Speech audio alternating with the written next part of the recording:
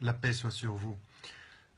Juste une petite réflexion, parce que me viennent ces derniers jours beaucoup de messages sur ce qui est en train de se passer en France. Bien entendu, la situation politique est triste, elle est grave, elle est finalement à l'image du discours politique ou du débat politique tel qu'il s'est présenté pendant tant d'années aujourd'hui. Et la France, les citoyens français payent finalement le prix de politique absente, de vision politique absente, que ce soit de la gauche dite républicaine ou enfin, de la droite dite républicaine ou la gauche qui se dit aussi républicaine, tous les républicains du centre qui n'ont rien fait sur le plan politique et qui n'amènent aucune vraie solution politique.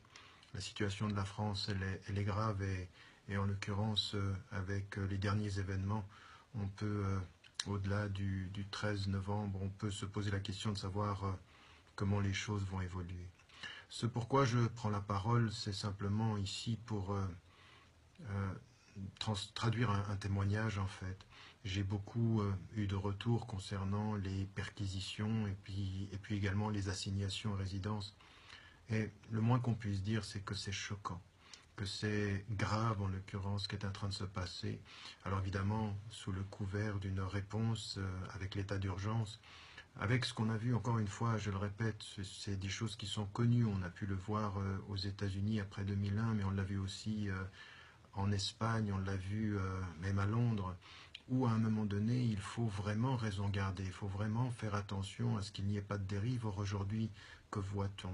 Des perquisitions qui sont faites en se trompant de porte, en se trompant de personne, et dans tous les cas avec des insultes, avec de la violence, avec de la destruction de maisons, de la destruction de lieux publics, que ce soit des restaurants ou que ce soit des appartements, avec de l'humiliation également, en demandant à des personnes, d'abord avec des propos très très insultants, une façon de les tutoyer, une façon de les insulter qui n'est pas acceptable, qui n'est acceptable nulle part et surtout pas dans l'état d'urgence et surtout pas dans la France d'aujourd'hui, parce que faire monter l'humiliation, faire vivre la frustration, ça n'est jamais bon et ça ne peut être bon pour personne.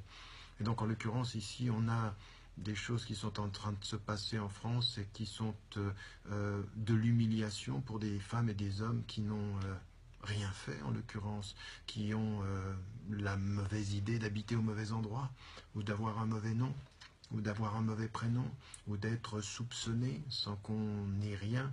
Et parmi les policiers, des policiers qui sont extrêmement respectueux et d'autres qui profitent de la situation pour verser le venin d'un vocabulaire vulgaire, de traiter les gens de la façon la pire qui soit, avec un racisme et avec un mépris qui est inacceptable. Ça se passe en France, ça se passe aujourd'hui. Et en l'occurrence, vous avez aussi des personnes qui sont assignées à résidence, alors des imams que je peux connaître et qui sont connus pour leur ouverture d'esprit, pour leur engagement, qui s'affichent français, mais encore une fois, sans discernement, de façon générale, comme si tout cela était permis.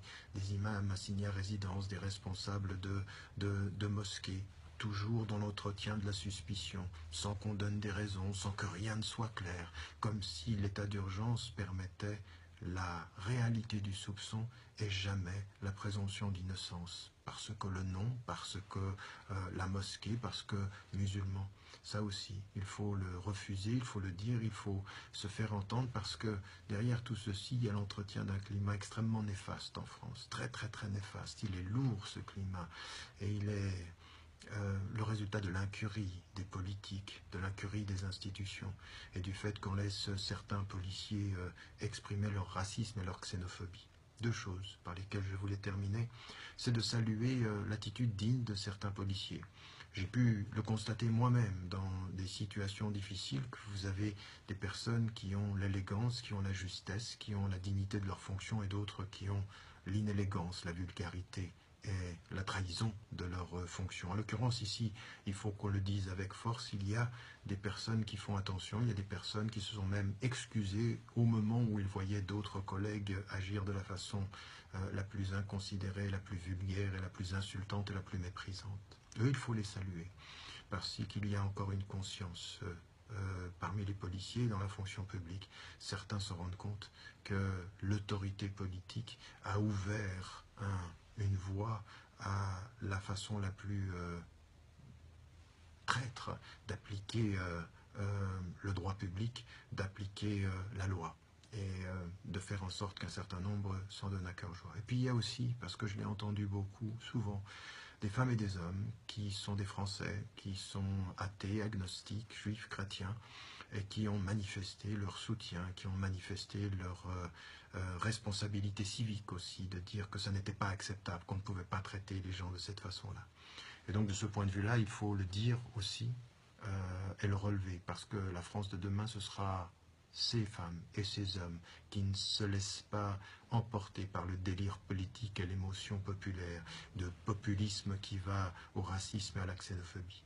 C'est avec eux, avec elles, que les choses doivent se faire. Et donc il ne faut pas s'isoler, il faut rendre compte aussi de ces citoyennes et de ces citoyens qui refusent ces assignations à résidence absolument injustes, qui refusent ces perquisitions absolument infondées et qui sont devenues légales uniquement par l'imposition de cet état d'urgence qui rend légal des choses qui sont illégales sur le plan de l'humiliation des innocents, de l'humiliation des concitoyens et des citoyens français. C'est juste un témoignage pour dire qu'il ne faut pas se taire. Il faut faire cette dénonciation. Le CCIF parle et établit des listes de situations dans lesquelles il y a eu bavure, insultes, mépris, violence, destruction. Ils le font. Il y en a d'autres. Baraka City a également relevé un certain nombre de choses qui se sont faites. Vous avez des témoignages d'individus, Ammar et d'autres qui sont sur Internet. Il faut les entendre. Il faut multiplier ces voix, non pas pour se présenter comme victime d'un État qui perd la tête, mais comme citoyen d'une société qui veut retrouver ses esprits. C'est ça la différence. Et c'est ceci à quoi nous devons appeler. Ne perdez pas cet espoir-là. Les choses vont beaucoup mieux que ce que vous disent les politiques, parce que sur le long terme et depuis tant d'années, la France va se réveiller peu à peu, plurielle, respectueuse des femmes et des hommes qui la constituent, loin de ces politiques qui jouent sur la peur pour gagner des élections. Nous comptons sur la confiance pour éduquer les prochaines générations. Bonne journée, n'oubliez pas, n'oubliez jamais de dire à ceux que vous aimez, que vous les aimez, et que votre route soit belle. Bonne journée.